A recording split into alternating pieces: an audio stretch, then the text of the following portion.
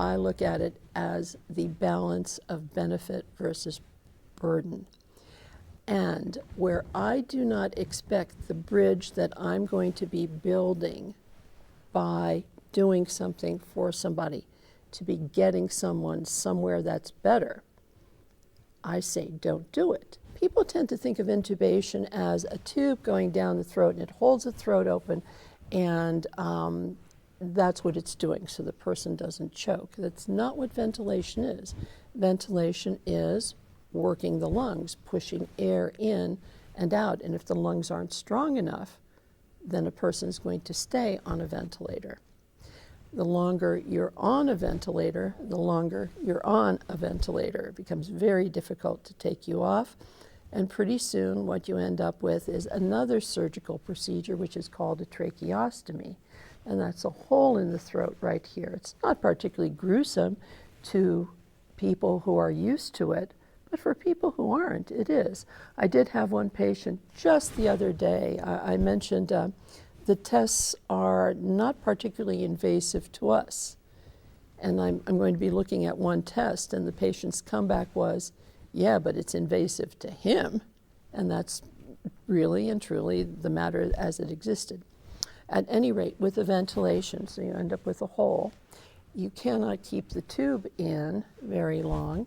And people don't realize with one of those tubes, with a hole here, you can't talk. Sometimes you can't eat.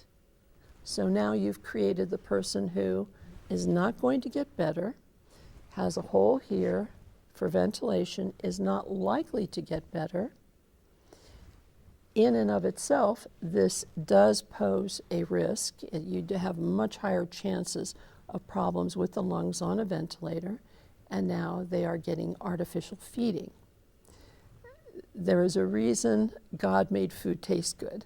It's because that's the best way for us to get it.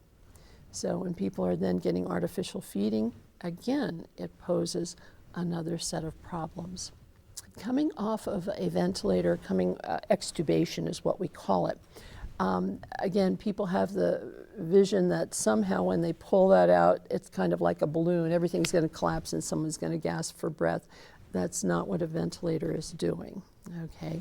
So people come off the ventilator and they typically have no or minimal symptoms. Usually it's with time, a couple of hours, and they don't necessarily gasp for breath. What happens is their oxygen simply goes down. That's the point that we have to decide is that when we're going to re-intubate, and that's why we typically have the discussion way ahead of time. If we take this tube out for your loved one's comfort, and because we don't believe it's doing the good that we'd like it to do, will you be okay with us not putting the tube back in and guaranteeing their comfort? Most people are satisfied with that, and yes, we can do that.